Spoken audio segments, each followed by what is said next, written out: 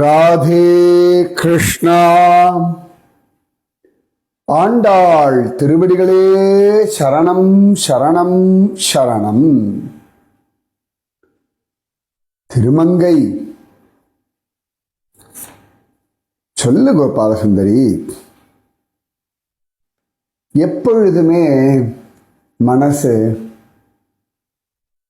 கோபம், பொறாமை, வெறுப்பு, சந்தேகம், குழப்பம், சஞ்சலம் இதெல்லாம் இல்லாம இருக்கணும்டி கோபாலசுந்தரி. இதெல்லாம் வரும், அது புரிஞ்சுண்டு நீ மாத்திக்கணும். அது காலப்போக்கில் தான் மாறும்.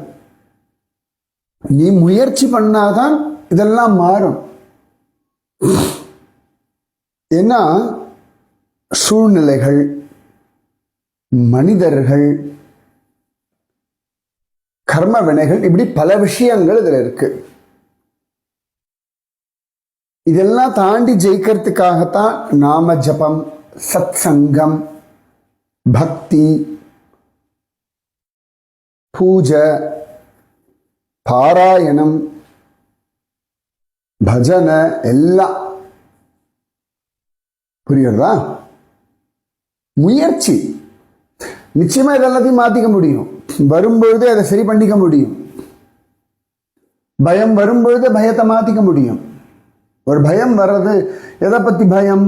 உடம்புல எங்கேயாவது அடிபட்டு எடுத்து வலிக்கிறதுனா இப்படி ஆயிடுமோ அப்படி ஆயிடுமோன்னு பயம் வரும்பொழுது, அப்படிலாம் இல்லை.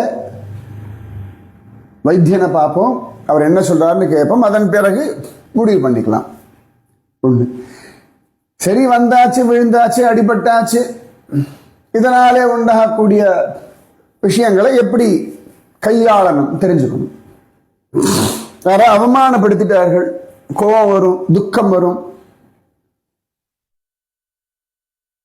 அப்ப அந்த அவமானத்தை கடக்கிறதுக்கு என்ன வழியோ அதை பார்க்கணும்.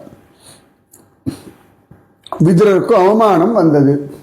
துரியோதனன் அவ்வளவு பெரிய சபையில அவமரியாதை பண்ணா.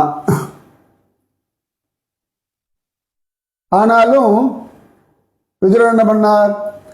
அந்த அவமரியாதையை காரணமாக கொண்டு மகாபாரத யுத்தத்துல பங்கெடுத்துக்காம அழகா தீர்த்த யாத்திரை போயிட்டார். துரியோதனன் அவமானப்படுத்தினாலும் கூட திருத்தராஷ்டிரனிடத்துல அவர் கொண்டிருந்த அக்கறை மாறல. அதாவது திருத்தராஷ்டிரனுடைய பிள்ளைதானே துரியோதனன். துரியோதனன் அந்த அளவுக்கு ஆடுறதுக்கு காரணம் திருத்தராஷ்டிரன். ஆனா திருத்தராஷ்டிரனுக்கு கண் தெரியாது. அதனாலே அவன் மேல ஒரு அக்கறை இருந்தது. இப்படி அலசி ஆராய்ஞ்சு நம்முடைய மனசினுடைய விகாரங்களை நெறிப்படுத்திக்கணும். இதெல்லாம் வராம இருக்காது. தூங்கிட்டே இருந்து உலகத்தோட எந்த விஷயங்களும் தெரியாம இருந்தா தான் நடக்கும். இல்லாட்டி எங்கேயாவது காட்டுல போய் உக்காந்துட்டு இருந்தா நடக்கும். காட்டிலேயே போய் உக்காந்துட்டு தவம் பண்ணாலும் தவத்தை கெடுக்கிறதுக்கு இந்திரன் முதலானவர்கள் முயற்சி பண்ணுவார்கள். ரிஷிகள்னால யாருக்கு பிரச்சனை? ஆனா ராட்சசர்கள் ரிஷிகளுடைய யஜ்ஞத்தை கெடுக்கிறதுக்கான எல்லா முறைகளையும் பண்ணார்கள். விஸ்வாமித்திரருக்கு பண்ணலையா? தாட்டகா, சுபாஹு, மாரீச்சன். அப்ப அவர் என்ன பண்ணார்? ராமனை போய் கூட்டுண்டு வந்து யஜ்ஞத்தை ஜெயிச்சார். சீதா மாதா, அவளால யாருக்கும் ஒரு தொந்தரவு இல்லையே. ஆனா அவள கடத்திட்டு போனான் ராவணன். அப்ப சீதா மாதா தவம் பண்ணா, நாமஜபம் பண்ணா, அந்த கஷ்ட காலங்களை சீதா மாதா ஏத்துண்டா, கடந்து போனா, ராமன் வந்தான், ஜெயிச்சான். இது இப்படிதான் உலகம், இப்படிதான் இருக்கும். நீ யாருக்குமே தொந்தரவு தராம ஓரத்துல ஒதுங்கி இருந்தாலும் சில பேர் தொந்தரவு பண்ண வருவார்கள். அவர்களையும் கையாள கத்துக்கொள்ள வேண்டும். எல்லார்கிட்டையும் நீ ஒரே மாதிரி கோபமே இல்லாமல்லாம் இருக்க முடியாது. சில சமயங்கள்ல உனக்கு கோபமும் அவசியம். சில சமயங்கள்ல நீ சீரத்தான் வேண்டும், சீராமல்லாம் இருக்க முடியாது. பாம்பு சீருதால் போல சீரணும், உன்னை காப்பாற்றிக் கொள்ளணும். இதெல்லாம் ஒரு தர்மம். 10 இது வேண்டாம் அது வேண்டாம் சொல்லாது. உன் மனது தொந்தரவு ஆகாதபடி உன்னை காப்பாற்றிக் கொள்வதற்கான பக்குவம் வரணும்னு பிரார்த்தனை பண்ணு. ஆஹா, திருமங்கை எவ்வளவு அழகா விஷயம் சொல்லி கொடுத்தாய். எப்பேற்பட்ட பாக்கியத்தை நீ எனக்கு கொடுத்திருக்காய். எவ்வளவு பெரிய தெளிவு. அடா அடா அடா, என்னடி இவ்வளவு தோழிகள் இங்க நிற்கிறீர்கள்? இல்ல, இன்னைக்கு திருமங்கை சொல்ற விஷயம் ரொம்ப பொருத்தமா இருந்தது. எங்களுடைய பல கேள்விகளுக்கு பதிலா இருந்தது. அதனால அப்படியே நின்னுட்டோம். ரொம்ப சந்தோஷம் திருமங்கை. வாழ்க்கைக்கான அழகான வழிகளை நீ சொல்லிக் கொடுக்கிறாய். கண்ணனோட சங்கல்பம். இன்னைக்கு அவள் அப்படி கேள்வி கேட்டா நான் இப்படி பதில் சொன்னேன். சரி வாங்க போகலாம். எங்க போகணும்? எங்கேயா? ஆண்டாளையும் ராமானுஜன் அண்ணாவையும் கூட்டிட்டு வரத்துக்கு. இதோ வந்தாச்சு, நீ பேசும்பொழுது அவர்கள் வந்தாச்சு. ஓ ஆண்டாள் மன்னிச்சுடு, பேச்சு வாக்கில் கவனிக்கவே இல்லையே. பரவாயில்ல திருமங்கை, இன்னைக்கு இப்படி ஒரு அழகான அனுபவம், இப்படி ஒரு அழகான விஷயத்தை நீ சொன்னாய். கோபாலசுந்தரி நல்ல கேள்வி கேட்டாங்க. ராமானுஜன் மன்னிக்கணும், இப்படி பேச்சுல மயங்கி நின்றுட்டேன். இல்ல இல்ல, அதனால தப்பு இல்லை. இன்னைக்கு கிருஷ்ண சங்கல்பம் இப்படி, இதை கொண்டு பல பேருக்கு பகவான் விஷயத்தை சொல்லணும்னு தீர்மானம் பண்ணிருக்கா. அதனாலே நீ கேள்வி கேட்டாய். புரியுறதா? பகவானுடைய திவ்யமான லீலைகள்ல இதுவும் ஒன்று. சரி வாங்க போகலாம். திருமங்கை ரொம்ப அழகான விஷயங்கள் சொன்னாய். ஆண்டாள் நேத்தி அந்த பாத்திரம் பேசின பேச்சு இருக்கே, அப்பப்பா. அதாவது யாருக்கு எந்த விதமான அனுபவம் இருக்கும் அப்படின்றத சொல்லவே முடியல ஆண்டாள். பிரமிப்பா இருக்கு. ஒவ்வொருத்தருக்கும் ஒவ்வொரு விதமான அனுபவங்களை தெய்வம் கொடுக்கிறதுன்றது புரிகிறது. உலகத்தில் இருக்கக்கூடிய ஒவ்வொரு பொருட்கள், ஒவ்வொரு ஜீவர்கள், ஒவ்வொரு ஜீவன் கிட்டையும் ஒவ்வொரு பொருள், ஒவ்வொரு ஜீவன். நான் ஒவ்வொரு பொருட்கள்ன்றேன், தெரியல நான் இலக்கணத்தோட பேசுறேனா இல்லையான்னு தெரியல. ஒவ்வொரு ஜீவனிடத்திலையும் ஒவ்வொரு பொருளிடத்திலையும், இதுதான் சரின்னு நினைக்கிறேன், ஒவ்வொரு அனுபவம் இருக்கு. அதையெல்லாம் தெரிஞ்சுக்க பழகிக்கணும் ஆண்டாள். இந்த திருப்பாவை கோபாலனோட சம்பந்தப்பட்ட ஜீவர்கள், பொருட்கள், அப்படி எல்லாத்தோடைய அனுபவங்களும் ரொம்ப விசேஷமா இருக்கு. உனக்கு நான் நன்றி கடன் பட்டிருக்கேன் ஆண்டாள். இப்படிப்பட்ட அழகான ஒரு கோபால பாவையை நீ எங்களுக்கு காட்டி கொடுக்குறீங்க.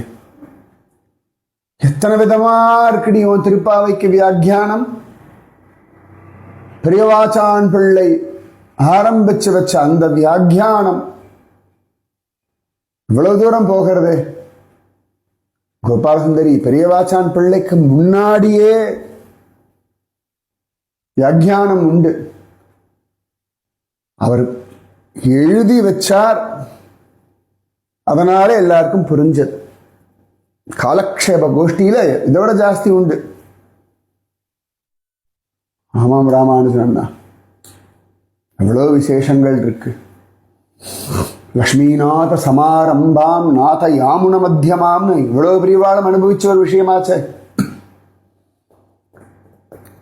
கோபாலசுந்தரி, நீ ஒவ்வொருத்தர்கிட்டயா அனுபவங்கள் கேட்கிறாய். ஹா ராமானுஜன் அண்ணா, நீ ஆண்டாளையே கேள. ஆண்டாளையே கேட்டாய் வச்சுக்கோயேன், இன்னும் நிறைய அனுபவங்கள் கிடைக்கும். ராமானுஜன் அண்ணா, அவளையே நேரடியா கேட்கலாம் இல்லையா?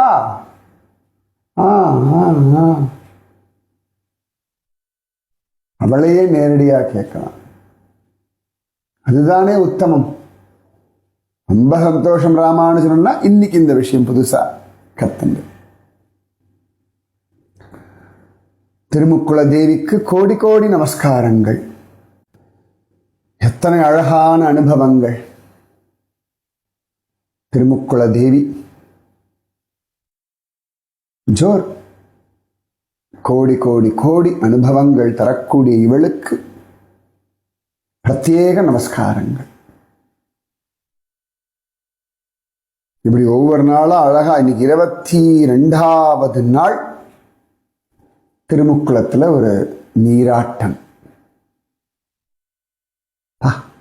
எல்லா நாளும் வர வச்சிருக்காள் ஆண்டாள். கிருப பண்ணிருக்கான் கண்ணன். ஆசீர்வாதம் பண்ணிருக்கா குருஜி அம்மா. அனுகிரகம் பண்ணிருக்கள் ராமானுஜன் அண்ணா. சந்தோஷம். ஹே பிரபோ, நல்ல ஆரோக்கியம், சத்தான மனசு, உனக்கு பிடிச்ச மாதிரியான காரியங்கள்னு வாழ்க்கையை வாழ்வதற்கு அருள் செய்.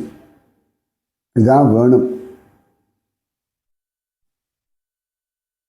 வா கோபாலசுந்தரி, எங்க கையெல்லாம் கோத்துண்டு குழி. ஓ தொழிகளே, நீங்களெல்லாம் என் மேல எவ்வளவு அன்பு வச்சிருக்க. இந்த அன்புக்கு என்ன கைமாறு பண்ண போறேன்? இந்த அன்பை மதிக்க தெரிஞ்சா போதும். உங்களுடைய அன்பு பரிசுத்தமானது. இந்த அன்பை கொண்டாட தெரியணும்.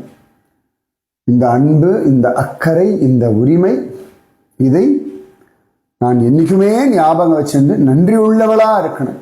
ரொம்ப அழகான பிரார்த்தனை கோபாலசுந்தரி. சரி ராமானுஜனா, நன்றி உடையவளா இது.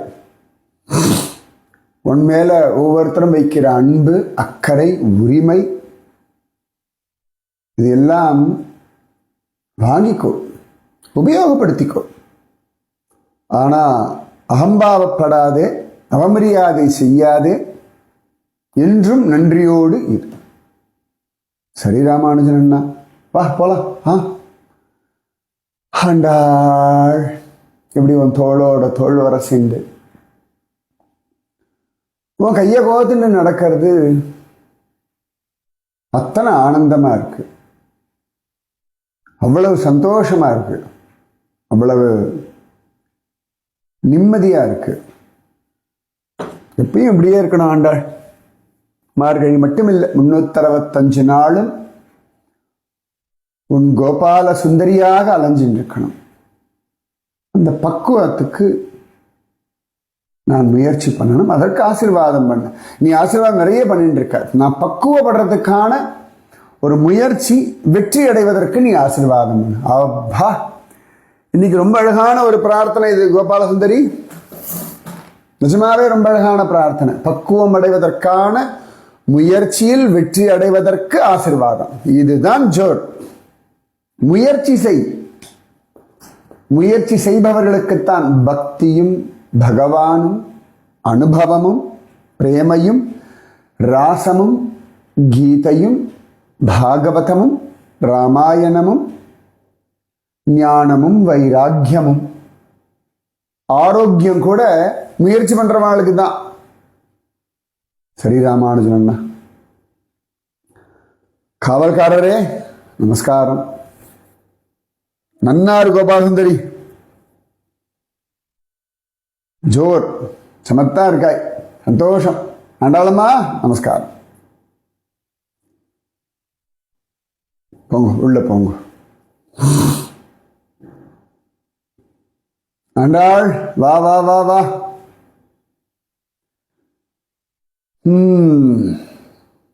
இன்னைக்கும் நீ அவனுக்கு திருப்பள்ளி எழுச்சித்தான் பாடணும் போல இருக்கு.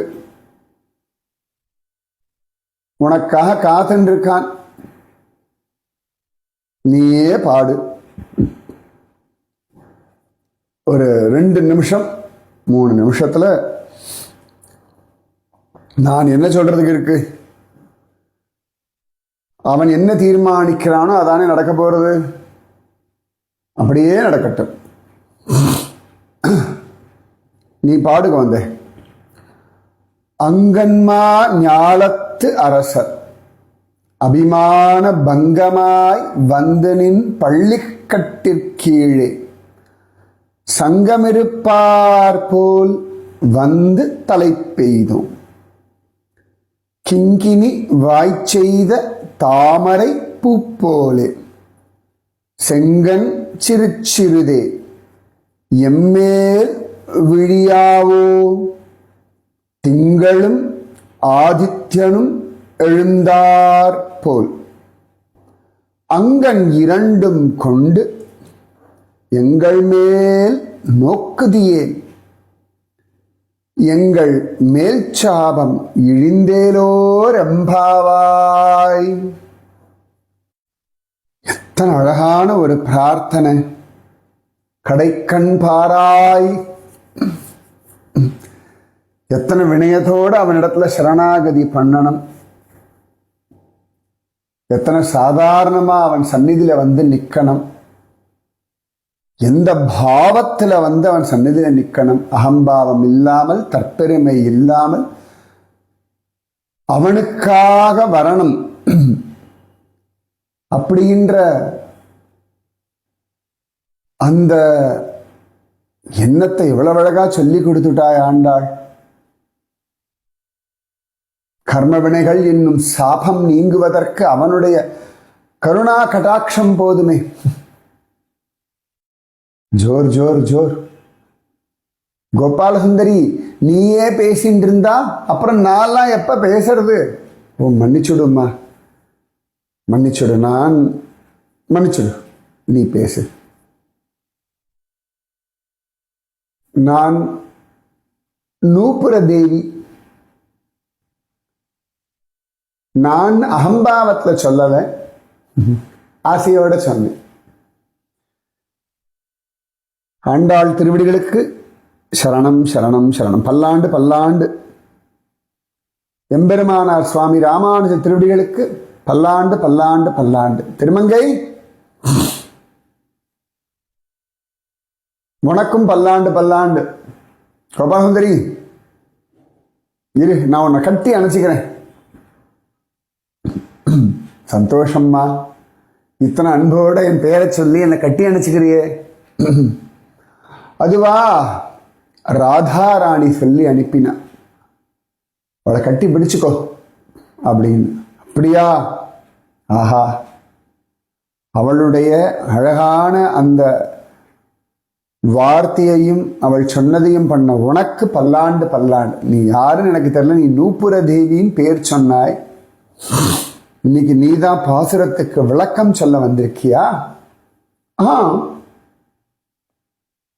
நூபுர தேவி அப்படின்னா ஆண்டாள் சொன்னாலே கிங்கினி, இந்த கிங்கினி தான். ஓ, யாரோட கிங்கினி இது? கோபாலசுந்தரி என்ன அவசரம்?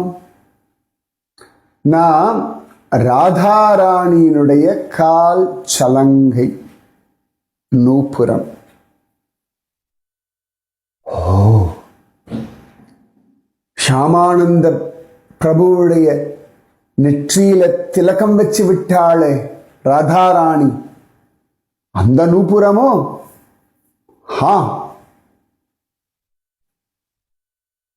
கண்ணன் ராதாராணி கால்ல மாட்டி விடுவானே, அதே நூபுரம் தான்.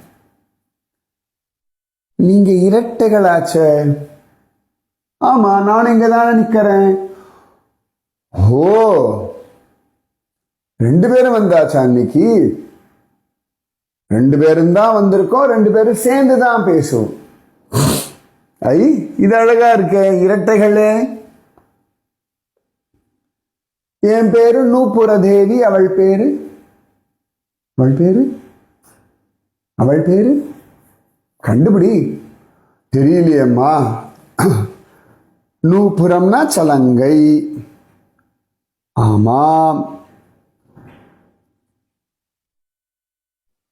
அந்த மாதிரி இன்னொரு நூபுரம்னு வச்சுக்கோ. சரி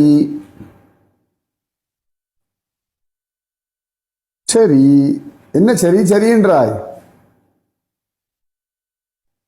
இல்ல, எனக்கு வேற ஒன்றும் தெரியாதே. கிங்கினி அப்படின்னு அவ பேர் வச்சுக்கோ, நூபுர தேவின்னு என் பேர் வச்சுக்கோ. சந்தோஷம். ஆண்டாளம்மா சொல்லலாமா? என்ன சொல்லுங்களேன்.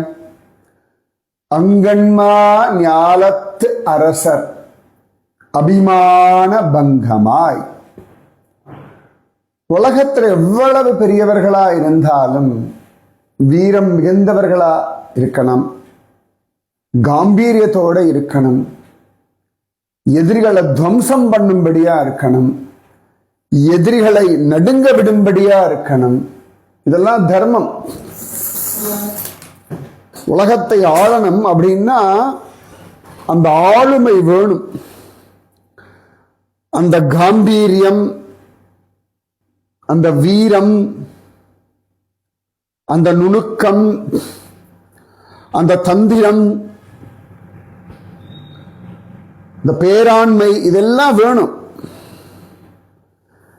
எல்லா இடத்திலையும் வினயத்தோடு இருக்கணும்னு அவசியம் இல்லை. அகம்பாவம் இல்லாம இருக்கணும். எல்லா இடத்துலையும் பணிவோட இருக்கணும்னு அவசியம் இல்லை. பணிவுன்றது செயல்கள்ல, வார்த்தைகள்ல அப்படியே அடங்கி கைகட்டி வாய்ப்பத்தி இருக்க வேண்டிய அவசியம் இல்லை. ஜனக மகாராஜா அவ்வளவு பெரிய கர்மயோகி, பரம வைராக்கியசாலி. அதே ஜனக மகாராஜா ரிஷிகள் ஞானிகள் எல்லாரும் நமஸ்காரம் பண்ணுவார். அதே ஜனக மகாராஜா மற்றவர்களிடத்துல அந்த காம்பீரியத்தோடு இருப்பார், திமிரில் ஆடமாட்டார். ஆனா பக்தர்கள் அவர்களிடத்துல பணிவோட இருப்பார். எங்களுக்கு எப்படி தெரியும்னு பாக்குறியா கோபாலசுந்தரி? சீதையோட கொலுசும் நாங்க தானே, அவ காலில் இருந்து பார்த்திருக்கோமே பெரிய சபையில. ஜனக மகாராஜா எப்படி நடந்துப்பார்னு எங்களுக்கு தெரியுமே. யார் எந்த விதத்துல எப்படி நடக்கிறார்களோ அதை பொறுத்து அவர்களுக்கான மரியாதை எல்லாமே கொடுப்பார். ஒரு சந்தர்ப்பத்தில் சுகபிரம்ம மகரிஷி ஜனக மகாராஜாவிடத்திலே தன்னுடைய பிரம்ம ஞானத்தை பத்தி பரிசோதனை பண்ணிக்கிறதுக்காக வரார். அப்ப அவரை பரீட்சை பண்றதுனால அந்த ஒரு காம்பீரியத்தோட நடந்துட்டார். அவரை பார்க்க வரல, அவரை கொண்டாடல, அவரை வாசல்லையே உட்கார வச்சுட்டார். அப்பொழுதும் அவர் சஞ்சலம் இல்லாம இருந்தார். அதன் பிறகு ஊரையே கொண்டாட சொன்னார். அப்பொழுதும் அவர் சஞ்சலம் இல்லாம இருந்தார். அதன் பிறகு அவர் சுகபிரம்மத்தை அழகா நல்ல பக்குவத்தில் இருக்கே அப்படின்னு சொல்லி அதன் பிறகு இவரும் கையை கூப்பினார், அவரும் கையை கூப்பினார். அந்த காம்பீரியம் அப்படின்றது அவசியம். அதனாலதான் ஆண்டாள் சொல்ற அங்கன் மாஞாலத்து அரசர்.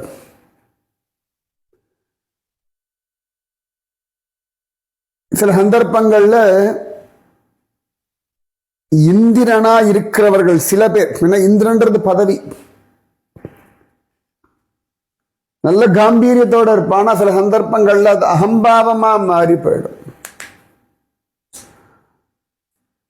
இந்திரனுக்கு அப்படி அகம்பாவத்தினாலே தான் கிருஷ்ணனே அவனுடைய லோகத்துக்கு வந்து அதித்தி மாதாவுடைய குண்டலங்கள்லாம் கொடுத்து கொடையெல்லாம் கொடுத்த பொழுது சத்யபாமா தேவி பாரிஜாத புஷ்பத்தை கேட்கும் பொழுது இந்திராணி தவறா பேசுறா. இந்திரனும் அதை ஆமோதிச்சுட்டான். ஒரு மனைவி தகுந்தபடி மரியாதை கொடுக்கலன்னா அவளை சரி செய்ய வேண்டிய தர்மம் கணவனுக்கு உண்டு. அதனாலதான் ஆண் பிள்ளைகள் ஆண் பிள்ளைகளா இருக்கணும், பெண் பிள்ளைகள் பெண் பிள்ளைகளா இருக்கணும்ன்றது.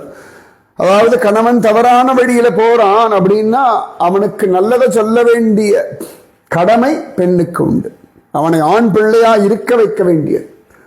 ஆண் பிள்ளை அப்படின்னா உடனே அவன் எல்லாரையும் அடக்கணும் அப்படி அர்த்தம் இல்லை. தன் மனைவி தர்மத்தை விட்டு விலகுகிறாள் அப்படின்னா அவளை தர்மத்தில் நிறுத்தி வைக்க வேண்டிய கடமை அவனுக்கு உண்டு. அப்ப அந்த இந்திரனை பகவான் அடக்கிறார் தன் கம்பீரியத்தினாலே. அதன் பிறகு அடங்குறான் அவன். ஏற்கனவே இந்திரன் கோவர்தன மலை விஷயத்துல அடங்கி இருக்கான், ஆனாலும் புத்தி வரல. அதனால அப்பேற்பட்ட இந்திரன் முதற்கொண்டு எல்லாம் அபிமான பங்கமாய் வரணும், வருவார்கள். கண்ணன் வர வெப்பான். கண்ணெதிர்க்க பார்த்திருக்கோம் நாங்கள். ராதாராணியும் கண்ணனும் கோலோக பிருந்தாவனத்துல அழகா வீட்டில் இருக்கிற சமயத்துல பிரம்மதேவர் உள்ளிட்டவர் எல்லாரும் வந்து அழகா சாஷ்டாங்கமா நமஸ்காரம் பண்ணி கைகூப்பி ஸ்தோத்திரம் பண்றதை பார்த்திருக்கோம்.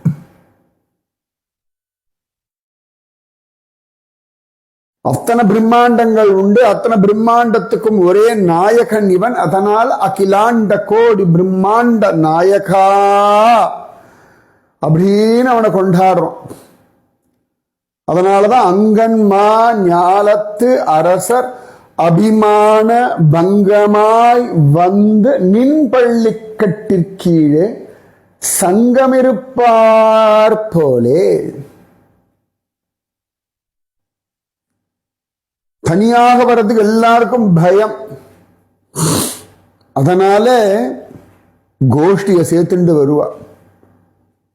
தனியா யார் வருவார்கள்னா பக்தர்கள் மட்டும்தான் தனியா பயப்படாம வருவா. கவலைப்படாம வருவா. மற்றபடி பெரிய பெரிய பதவியில் இருக்கிறவா, ராஜாதி ராஜன்கள், லோகபாலர்கள், இந்திரன் பிரம்மா போன்றவர்கள்லாம் தனியா வருவது கிடையாது. எல்லாரையும் கூட்டிக் கொண்டு வந்து பகவானிடத்துல சரணாகதி பண்றதுன்னு ஒரு வழக்கம் வச்சிருக்கார்கள். நீ அவதாரம் பண்ணணும், இந்த ராட்சசர்களுடைய கஷ்டங்கள்ல இருந்து எங்களை விடுவிக்கணும்னு வருவார்கள். அதனால எல்லாம் கோஷ்டியா வரார்களாம். ஒருத்தர் சொல்லும் பொழுது கூடவே தன்னுடைய பிரச்சனையும் சொல்லி அதிலிருந்து தன்னையும் மீட்டு கொடுக்கணும் அப்படின்னு தனியா சொல்றதுக்கு வெக்கம். ஏன்னா சுவாமி ஒவ்வொருத்தர் பண்ண குற்றங்கள், அவளுடைய அகம்பாவம், திமிரு, பைத்திகார்த்தங்கள் எல்லாம் அழகா கவனிச்சு வச்சிருக்காரு. அதனால அவருக்கு தெரியுமே, இந்த காரியம் பண்ணாய், இந்த தவறு பண்ணாய், இந்த பெருமை பீத்தினாய், இந்த அகம்பாவத்தில் ஆடினாய், அதனாலே உனக்கு இது நடந்தது அப்படின்னு சொல்லிடுவாரு. தனியா போனா. கூட்டமா போயாச்சுன்னா பகவானுக்கு அந்த சபை நாகரீகம் தெரியும். மகாத்மாக்கள், பெரியவர்கள், ஆச்சாரிய புருஷர்கள் இவர்கள்லாம்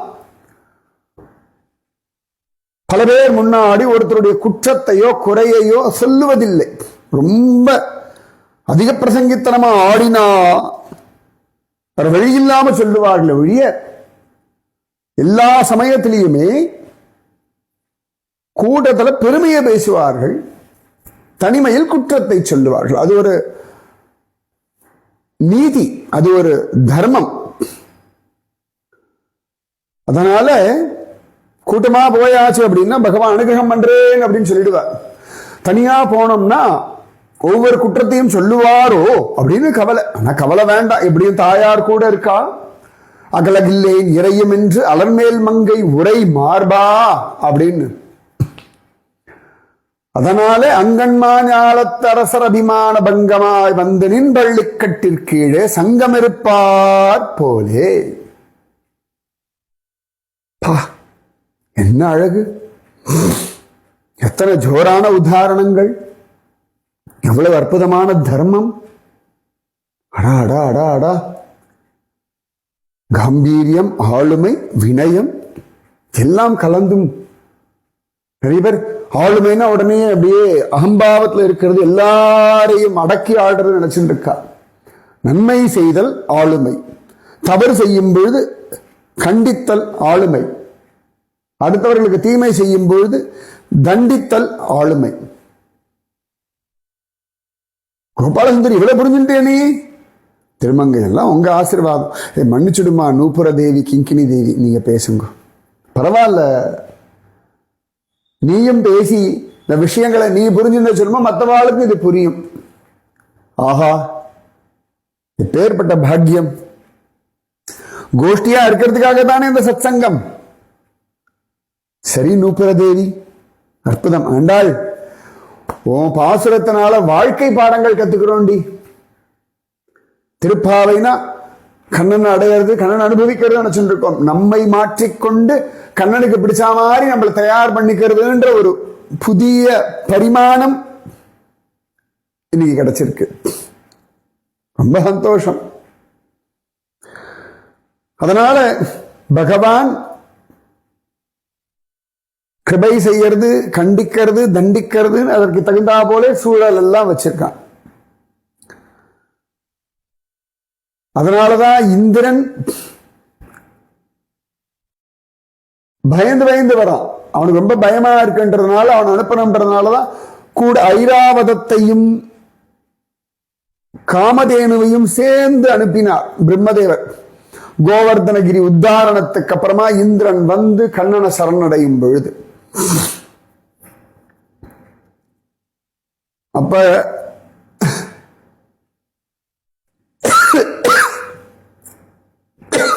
என்ன இருமுறாய்? இல்ல, அது எங்களுடைய சப்தம். கிங்கினி சப்தம் இருமுறா மாதிரி இருக்குமோ? இருமினா என்ன தப்பு உனக்கு? இப்ப இல்ல மன்னிச்சிடுங்க. தீர்த்தமெதான வேணுமா? வேணும்னா நாங்க கேட்கிறோம். அப்பா என்ன ஆளுமை இந்த கிங்கினிக்கு. ஆமா, ராதாராணியினுடைய கிங்கினி, ராதாராணியினுடைய நூபுரம், எங்களுக்கு என்ன குறைச்சல்? அன்பா பேசினா நாங்களும் அன்பா இருப்போம், கிண்டலா பேசினா எங்களுக்கும் கிண்டல் தெரியும். புரியறதா? ஓ திருமங்கை, ஆமா கத்துக்கோ. கத்துக்கிறேன். அப்ப அந்த காமதேனு பாலால் அபிஷேகம் பண்ணி கண்ணனை மாட பார்த்தோன்னா கண்ணன் சமாதானமான, ஐராவதத்தினுடைய ஆகாச கங்காஜலம் ஐராவதத்தை பார்த்து சமாதானமான. அவை இரண்டுத்திற்கும் அவ ரெண்டு பேருக்கும் அகம்பாவம் இல்லை, தற்பெருமை இல்லை. இந்திரனோட இருந்தாலும் ஐராவதத்துக்கு ஒரு குற்றம் இல்லை. இரண்யகசிபோட இருந்தாலும் பிரகல்லாதனுக்கு ஒன்னும் ஒரு குற்றமும் இல்லை இல்லையா? அது போல அடாடாடா என்ன அழகான. ஆமா, முள்ளுச்செடியில இருக்கிற ரோஜாவுக்கும் மனம் உண்டு, சேற்றில் மலர்கின்ற செந்தாமரைக்கும் மரியாதை உண்டு. அது இருக்கிற இடம்ன்றதை விட அதனுடைய தன்மை என்னன்னு தானே முக்கியம். அடாடாடாடாடா, பெயர்பட்ட வாக்கியங்கள். ஹே கிருஷ்ணா, ஹே கிருஷ்ணன் குருஜி அம்மா சொல்றா போலவே இருக்கு. ஆமா, உனக்கும் குருஜி அம்மாவோட நூபுரம் தானே ரொம்ப பிடிக்கும். சேவிக்கும் பொழுது அதானே பார்ப்பேன். பெருமை வேண்டாம், சீதம்மாவுடைய நூபுரம் ஒண்ணுதான் லக்ஷ்மணன் ஆகிய இளையாழ்வார் ஆகிய ராமானுஜர் ஆகிய பலராமருக்கு தெரியும். இவ்வளவு பெரிய விஷயம். அந்த காமதேனுவும் ஐராவதமும் கண்ணனை கொஞ்சம் சாந்தப்படு, அதன் பிறகு இந்திரன் முன்னாடி வந்து மன்னிச்சுடு அப்படின்னு சொல்லும் பொழுது கண்ணன் அந்த ஐராவதத்தையும் காமதேனுவையும் தள்ளி போக சொல்லிட்டு இந்திரன் இடத்துல கம்பீரியமாக பேசுறான். நான் மாடு மேய்க்கிறதுக்காக வச்சிருக்கிற குச்சி மாடு மேய்க்கிறதுக்காக இல்ல, உங்களை மாதிரி திமிர் பிடிச்ச அகம்பாவம் பிடிச்சவர்களை தட்டுவதற்கும் தான் அப்படின்றான். அதனால இந்திரன் உள்ளிட்ட எல்லாருக்கும் தெரியும், ஏகாந்தத்துல போனா சுவாமியினுடைய கோபத்தையும் கம்பீரியத்தையும் பார்க்கலாம். நாங்களும் பார்த்திருக்கோம் கிருஷ்ண காம்பீரியம். எப்பவா இந்த கோபிகைகள் எல்லாருக்கும் ஒரு அகம்பாவம் வருது இல்லையா, சௌபாகிய மதம்னு, அப்ப புரிஞ்சுண்டோம் கிருஷ்ண காம்பீரியம். ஏன் கண்ணெதிர்க்க பார்த்திருக்கோம். கண்ணன் ராதாராணி தனியா கூட்டுண்டு வந்துடுறான். ராதாராணிக்கு பிருந்தாவனத்தை அந்த ஸ்ருங்கார வட்டவிருஷத்துக்கு உட்கார வச்சு அழகா அலங்காரம் பண்றான். கோபிகைகள் வர சப்தம் கேட்கறது. வா வேகமா போகலாம்னு ராதாராணியை கூப்பிட, ராதாராணி கடடா இந்த கோபிகைகள்லாம் இப்படியே அலைஞ்சுட்டே இருப்பாளே, இவர்களுக்கு கிருஷ்ணன் கிடைக்கணுமே, இதுக்காகத்தானே அன்னைக்கு அவ்வளவு நாள் அத்தனை குளிர்ல விரதம் இருந்தார்கள், இந்த சமயத்தை விட்டுடுவார்களே, இவர்கள் கண்ணன் அடைய வைக்கணுமே, இவர்கள் கண்ணன் அடைய வைக்கணும்னா நான் இவர்களோடு இருக்கணுமே, நான் அவர்களோடு இருக்கணும்னா கண்ணன் கிட்டேந்து நான் விலகணுமே, கண்ணனிடத்தேந்து விலகணும்னா நானா விலக முடியாது, அவனா விலகே வைக்கணுமே, அவன் விலக வைக்கணும்னா அகம்பாவம் இருக்கிற மாதிரி நடிப்போம். கண்ணா என்னால நடக்க முடியல, உனக்கு வேணும்னா என்னை தூக்கிண்டு போன்னு இவள் சொல்ல, கண்ணனும் கீழே அப்படி உட்கார்ந்து அப்படி திரும்பி பார்த்து என் தோள் மேல கால்கள் போட்டு ஏறிக்கொள் அப்படின்னு சொல்ல, ராதாராணி அந்த ஒரு காலை எடுத்து அப்படி அவன் தோள் மேல போடுற சமயத்துல அவள் துவனி அவனுக்கு பிடிக்கல, அவளுடைய அகம்பாவம் அவனுக்கு பிடிக்கல. அப்படி தோள் மேல கால் போட நாங்கள்லாம் ஆஹா கண்ணனோட தோள் மேல இருப்போம், ராதாராணி காலில் இருக்கோம். அப்ப ராதாராணியினுடைய அந்த நூபுரம் கண்ணனுடைய இடுப்பை உரசும், கண்ணனுடைய உடம்பு முழுக்க ராதாராணியோட நூபுரம் உரசிருக்கு அப்படின்னு ஆனந்தத்தை தலைக்க அந்த க்ஷணம் கண்ணன் மறைஞ்சான். அப்ப அவனுடைய திருமுக மண்டலம், ஏன்னா அந்த கால் எடுத்து அவளுடைய போகும்பொழுது கண்ணனுடைய திருமுகத்தை பார்த்து நான் சிரிக்க, அவன் ஒரு சிரிப்பு சிரிச்சு அந்த க்ஷணம் மறைஞ்சானே, ஆயுசுக்கும் மறக்க மாட்டேன். அப்பா என்ன அனுபவம் நூபுரம் உனக்கு. அப்பொழுதே ஆஹா ராதாராணிக்கு அகம்பாவம் இல்லை, ஆனா எங்களுக்கு வரக்கூடாது, அன்னைக்கு வரல, ஆனாலும் அவனுடைய சிரிப்புல ஒரு கம்பீரியம் தெரிஞ்சது, கண்டிக்க போறான்னு புரிஞ்சது. அதனால அவன் கால் கட்டில் கீழே போய் விழறதுதான் உத்தமம். அங்கன்மா ஞாலத்து அரசர் அபிமான பங்கமாய் வந்தனின் பள்ளிக்கட்டிற்கீழே சங்கமிருப்பார் போல வந்து தலை பெய்தும். திருப்பள்ளி அறை வாசல்ல அத்தனை பேரும் வந்து படுத்துன்னு இருப்பார். நமஸ்காரமே படுத்துக்கிற மாதிரி தான் இருக்கும், தண்டம் போல விழுவார்கள். அந்த மாதிரி நாங்கள்லாம் வினயத்தோட கோஷ்டியா கூட்டமா உன் கிருபைக்காக வந்திருக்கோம். கிங்கினிவாய் செய்த தாமரை பூ போலே. இந்த ராதாராணி கண்ணனுடைய காலில் நூபுரம் உண்டு, அந்த சலங்க சப்தம், அந்த சலங்கைகள்லாம் அப்படி கண் திறந்து பார்க்குமே, பாதி மூடி பாதி திறந்து. அதுபோலே செங்கண் சிறுச்சிறிதே எம்மேல் விழியாவோ. அந்த திருக்கண்கள் எங்களை பார்க்கணுமே, யாரது அப்படின்னு பார்க்கறதும், அதாவது அவன் காதல்ல கிறக்கத்துல அன்போட ராசமாடும் பொழுது ஒரு பார்வை பார்ப்பான். அப்ப அந்த கண்களினுடைய அழகு இருக்க, பாதி கண்ணு மூடி பாதி கண்ணு திறந்து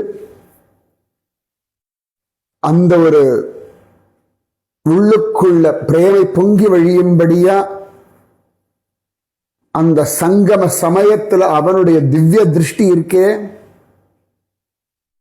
அடா அடா அடா,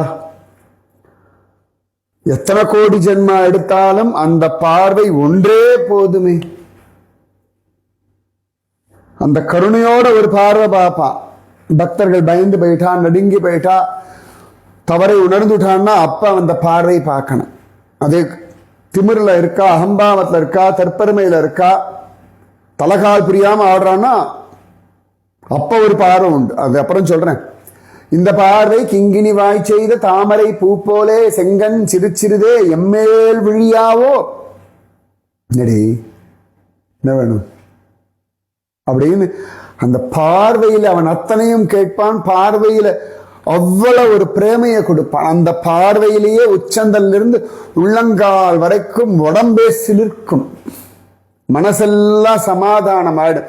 அந்த பார்வையில அந்த ஒரு நம்பிக்கை, அந்த ஒரு அன்பு, அந்த ஒரு தைரியம், இது எல்லாம் கொடுத்து ஒன்றும் இல்லை, நீ பயப்படாத, நீ என்னுடைய சொத்து, நீ எனக்குரியவள், நீ எனக்குரியவன், நான் உன் கூட இருக்கேன்னு ஒரு பார்வை பாப்பானே, அதற்கு சமானமா எதையுமே சொல்ல முடியாது. அவ்வளவு சிரேஷ்டம் அந்த பார்வை. அந்த பார்வை ஒன்றே போதுமே. ஏ நூபுர தேவி, ஏ கிங்கினி தேவி, அசாத்தியம் அசாத்தியம். அந்த பிரேமையை நாங்க ரசிக்கணும். அந்த சமாதானம் வேணும், அந்த திருப்தி வேணும், அந்த உரிமை வேணும். நீ என்னுடையவள் அப்படின்னு அந்த பார்வையில முழுசா எடுத்துருவான். பிரகலாதன் அப்படிதானே நிருசிம்மர் பார்க்கிறார். நீ என்னுடைய வாடா குழந்தைன் மடியில உட்கார வச்சிருந்தாரா இல்லையா? வாமன மூர்த்தி மகாபலி சக்கரவர்த்தி தன் தலையை கொடுத்த உடனே நீ என்னுடையவன் ஒரு பார்வை பார்த்தார். மகாபலியை கேட்டா தெரியும். நிருசிம்மனை கேட்கக்கூடாது, பிரகலாதனை கேட்கணும். வராகமூர்த்திய பார்வை எப்படி இருந்ததுன்னு ஆண்டாளை கேட்கணும். அவள் தானே பூமி பிராட்டி. ராமனுடைய பார்வை எப்படி இருந்ததுன்னு ஜட்டாயுவை கேட்கணும். அந்திம சமயத்துல ராமன் என்னுடைய ஜட்டாயு வைகுந்த லோகத்தை அடைவாய்னு சொன்னானே, அந்த பார்வை. சம்போக சமயத்துல சீதையை ஒரு பார்வை பார்ப்பான். அப்பா, ராமன் ராமன் தான். அதுவும் வேணும். அதே சமயத்துல திங்களும் ஆதித்யனும் எழுந்தார் போல் அங்கள் இரண்டும் கொண்டு எங்கள் மேல் நோக்குதியே. துஷ்ட சத்திரியர்களை வதம் பண்ணும் பொழுது பரசுராமனுடைய கண்கள் சூரியன் போல உக்ரமா இருந்தது. இரண்ய கசிவு கிழிக்கும் பொழுது நரசிம்மனுடைய கண்கள் அவ்வளவு உக்ரமா இருந்தது. உக்ரம் வீரம் மகாவிஷ்ணு ஜுவலந்தம், அப்படி ஜொலிச்சா. கண்ணனுடைய கண்கள் சிசுபாலன வதம் பண்ணும் பொழுது, ஜராசந்தன பீமன் வதம் பண்ணும் பொழுது,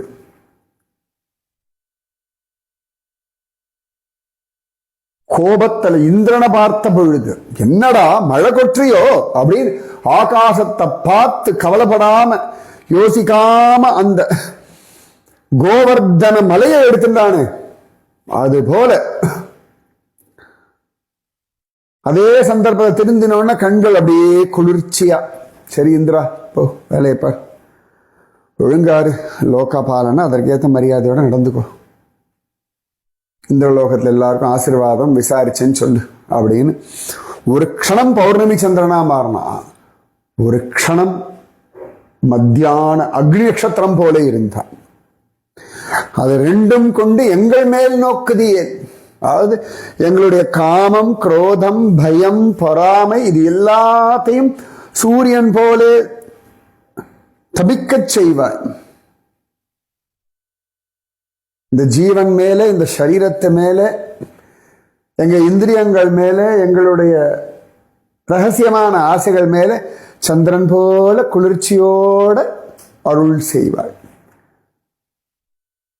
திங்களும் ஆதித்யனும் எழுந்தார் போல் அங்கன் இரண்டும் கொண்டு எங்கள் மேல் நோக்குதியே. எங்கள் மேல் சாபம் இழிந்தேலோ ரெம்பாவாள். எங்க மேல இருக்க சாபம் எல்லாம் போகட்டும். எவையெல்லாம் உன்னை அடைவதற்கு தடையாக இருக்கிறதோ அது எல்லாம், நான் ஆரம்பத்தில் சொன்ன கர்ம வினைகள். நிறைய பேருக்கு கர்மா மேல நம்பிக்கை உண்டு, கர்ம வினைகள் மேல நம்பிக்கை உண்டு. பைத்திய மாதிரி அலைவார்கள். கர்மா அப்படிதான் எல்லாம் நடக்கிறதுன்னு வளருவார்கள். நிறைய பேர் கிருஷ்ண பக்தி பண்றவாளே சில பேர் கர்மா பத்தி பேசினா, நியாயம்தான், கர்மா தானே எல்லாத்தையும் நடத்துறது. குரு சொல்ற வார்த்தையை தாண்டி, பகவத் பாகவத் அனுபவங்களை தாண்டி, புருஷன் சொல்றான், பொண்டாட்டி சொல்றா, புள்ள சொல்றான், நண்பன் சொல்றான், தோழி சொல்றா, இவா சொல்றா, அவா சொல்றான்னு கர்மாவை தலையை தூக்கி வச்சுட்டு ஆடுற பைத்தியங்களுக்காக பகவான் இதை சொல்றான். கர்மாவை காட்டிலும் அவன் பெரியவன். அஜாமிலனுடைய கர்மாவுக்கு எத்தனை ஜென்மா நரக வேதனை அனுபவிச்சிருக்கணும் தெரியுமா? ஆனா நாராயண நாமம், கிருஷ்ண காருண்யம், நாராயண கிருப அவனுக்கு புத்தியை கொடுத்து அந்த கர்மாவிலிருந்து அவனை தப்பிக்க வச்சுட்டார் சுவாமி. திருதராஷ்டிரன் அவனுடைய ரகசியமான பொறாமைக்கும் பைத்திகார்த்தனமான கர்மாக்களுக்கும் அவன் பற்றுக்க வேண்டிய பாடு கொஞ்ச நஞ்சம் இல்லை. ஆனாலும் விதுரர் போன்ற உத்தமமான பக்தர்களுடைய சத்சங்கத்தை கொடுத்து அவன் கர்மாவை மாத்தி தலையெழுத்த மாத்தி இந்த ஜென்மாவிலேயே அவனை பத்ரிகாசிரமத்துக்கு வர வச்சு தவம் செய்ய வச்சு 5 நாள்ல சத்கதி கொடுத்தான் பகவான். புரிஞ்சுக்கணும், கர்மாவை காட்டிலும் கண்ணன் பெரியவன். கர்மாவை தள்ளுபடி பண்ற முழு அதிகாரம் அவனுக்கு உண்டு. பிள்ளையினுடைய கடனை அப்பாவால் அடைக்க முடியும். அப்பா கோடீஸ்வரன்னா அப்ப அந்த அப்பாவை தானே பெரியவர். பிள்ளை ஒரு 10,000 ரூபாய் கடன் வாங்கிட்டா அப்பா கிட்ட சொல்றது வெக்கப்பட்டுட்டான். ஒளிஞ்சு ஒளிஞ்சு எப்படியாவது தன்னால் அடைக்க முடியுமான்னு முயற்சி பண்றான், அடைக்க முடியல. ஆனா அப்பாவுக்கு விஷயம் தெரியறது, பார்த்துட்டே இருக்கார். ஒரு ஸ்திதியில் அவனால முடியலேன்னு நொந்து போகும்பொழுது அப்படே கவலைப்படாத, அப்பா தப்பு பண்ணிட்டேன்பா, மன்னிச்சிடுங்கோப்பா. சரி விடுறா, புத்தி வந்தது இல்ல, 10,000 தானே, விடு, இந்தா குடு, நீ கவலை கூட பட வேண்டாம், நான் கொடுத்தாச்சு ஏற்கனவே, அவன் இனிமே அவனை தொந்தரவு பண்ண மாட்டான்னு நிறுத்தி வைப்பார் அல்லவா. கோடீஸ்வரன் தன்னுடைய பிள்ளையினுடைய அல்ப கடனை சர்வசாதாரணமா அடைக்கிறா போல பல கோடி ஜென்மாக்களினுடைய கர்மாவன தீயில தூசாகும்படியான கண்ணன் இருக்கான். அதனாலே கண்ணா, எங்களுடைய கர்ம வினைகள், அதனாலே உண்டான புத்தி, அதனாலே உண்டான அகம்பாவம், தற்பெருமை மனசு எல்லாத்தையும் மாற்றி எங்கள் மேல் சாபம் இழிந்து உன்னிடத்திலே எங்களை ஏற்றுக்கொள், உன்னுடையவர்களாக எங்களை ஏற்றுக்கொள், உன்னுடைய சொத்தாக எங்களை ஆக்கிக்கொள்ள பிரார்த்தனை. அங்கன்மா ஞாலத்தரசர் அபிமான பங்கமாய் வந்தனின் பள்ளிக்கட்டிற்கீழே சங்கமிருப்பார் போல் வந்து தலை பெய்தோம். கிங்கினி வாய்ச்செய்த தாமரை பூப்போலே செங்கன் சிறுச்சிறிதே எம்மேல் விழியாவோ. திங்களும் ஆதித்யனும் எழுந்தார் போல் அங்கன் 2 கொண்டு எங்கள் மேல் நோக்குதியேல் எங்கள் மேல் சாபம் இழிந்தேலோ ரம்பாவாய். கண்ணன் எங்களை பத்தி சொல்றதுக்கு என்ன இருக்கு? ராதாராணியினுடைய நூபுரம், நிறைய விஷயங்கள் பொதுவில் சொல்ல முடியாது எங்களால. ஆண்டாளுடைய இந்த வைபவத்தை சொல்ற பாக்கியம் எங்களுக்கு கிடைச்சது. இவ்வளவுதான் சொல்லணும்னு ராதாராணியுடைய உத்தரவு சொல்லிட்டோம். ஆண்டாளம்மா, ஒருவேளை நாங்க சொன்னதுல ஏதானும் இந்த கோஷ்டிக்கு தகுந்ததா இல்லாம இருந்தா மன்னிச்சுக்கணும். ராதாராணி சொல்லி அனுப்பினார். சுவாமி ராமானுஜரே, உங்களுக்கு தெரியும் நூபுர மகிமை, லக்ஷ்மி நூபுர மகிமை, நாராயண நூபுர மகிமை, ஸ்ரீதேவி பூதேவி நீலாதேவி நூபுர மகிமை, மகாவிஷ்ணு நூபுர மகிமை, கிருஷ்ண நூபுர மகிமை, ஸ்ரீராம நூபுர மகிமை எல்லாம் உமக்கு தெரியும். ஓங்கி உலகளந்த எம்பெருமானுடைய திருவடி தடங்கள் நமஸ்காரம் பண்ணி எங்களுக்கு தெரிஞ்சதை சொல்லிட்டோம். அப்பா, என்ன பாசுரம், என்ன வியாக்கியானம்! ஹே நூபுர தேவியே, ஹே கிங்கினி தேவியே, அசாத்தியம்மா. நீ சொல்லும்போதுதான் நான் வட்டபத்திர சாயினுடைய காலில் இருக்கக்கூடிய கால் தண்டை, கால் நூபுரம், மணி நூபுரதாரின்னு பார்த்துட்டேன். அடாடாடாடாடா, என்ன ஒரு பாக்யம், என்ன ஒரு பாக்யம்! அஹோ பாக்யம்! ஆண்டாள் அசாத்தியம் பொண்ணே, திரும்ப ஒரு தடவை இந்த பாசுரம் சொல்லு. தணரடிச்சுட்டார்கள் இந்த கிங்கினியும் நூபுரமும். இன்னைக்கு சொல்லுக்கோங்க. அங்கன்மா ஞாலத்து அரசர் அபிமான பங்கமாய் வந்து நின் பள்ளிக்கட்டிற்கீழே சங்கமிருப்பார் போல் வந்து தலை பெய்தோம். கிங்கினி வாய்ச்செய்த தாமரை பூப்போலே செங்கஞ்சிறுச்சிறுதே எம்மேல் விழியாவோ. திங்களும் ஆதித்யரும் எழுந்தார் போல் அங்கன் 2 கொண்டு எங்கள் மேல் நோக்குதியேல் எங்கள் மேல் சாபம் இழிந்தேலோர் எம்பாவாய். எல்லா சாபமும் போச்சு. எல்லாரும் ஆர்த்தி பாருங்க. என்ன கோபாலசுந்தரி கண்கள்ல கண்ணீர். எங்கள் மேல் சாபம் இழிந்து, இந்த வார்த்தை குருஜி அம்மாவை ஞாபகப்படுத்தித்து. எந்த நிலைமையில எப்படி இருந்த ஒரு ஜீவனை இப்படி ஆண்டாள் கோஷ்டியை கொண்டு வந்து விட்டிருக்கார்களே. என் குருஜி அம்மாவுடைய திங்களும் ஆதித்யனும் பார்வையும் பார்த்திருக்கேன். கிங்கினி வாய் செய்த தாமரை பூ போல அந்த பார்வையும் பார்த்திருக்கேன். குருவே சரணம். ஆண்டாள் திருவிடிகளே சரணம் சரணம் சரணம். எம்பெருமானார் திருவிடிகளே சரணம் சரணம் சரணம். ஆண்டாள் சொல்லு கோபால சுந்தரி, தகுதி இருக்கான்னு தெரியல. இன்னைக்கு இந்த நூப்புர தேவி கிங்கினி தேவி சொன்ன அழகான விஷயங்களை கேட்கிறவாளுடைய எல்லா சாபமும் போகட்டும், எல்லாருக்கும் கிருஷ்ணானுபவம் சித்திக்கட்டும். நீங்க பண்ணிருப்பீள், இருந்தாலும் இதை கேட்கிறவா அத்தனை பேருக்கும் எத்தனை வருஷங்கள் கழிச்சு கேட்டாலும் அவர்களுக்கு ஒரு புது வாழ்க்கை அமைச்சு கொடு. உன்னால முடியும். கர்ம வினைகள் கழியட்டும், மேல் சாபம் மாறட்டும், எல்லா ஜீவர்களும் சௌக்கியமா இருக்கட்டும். அப்படியே நடக்கட்டும் கோபால சுந்தரி. இது போதும் ஆண்டாள். ராதே கிருஷ்ணா. ஆண்டாள் திருவடிகளே சரணம் சரணம் சரணம். ராதே கிருஷ்ணா.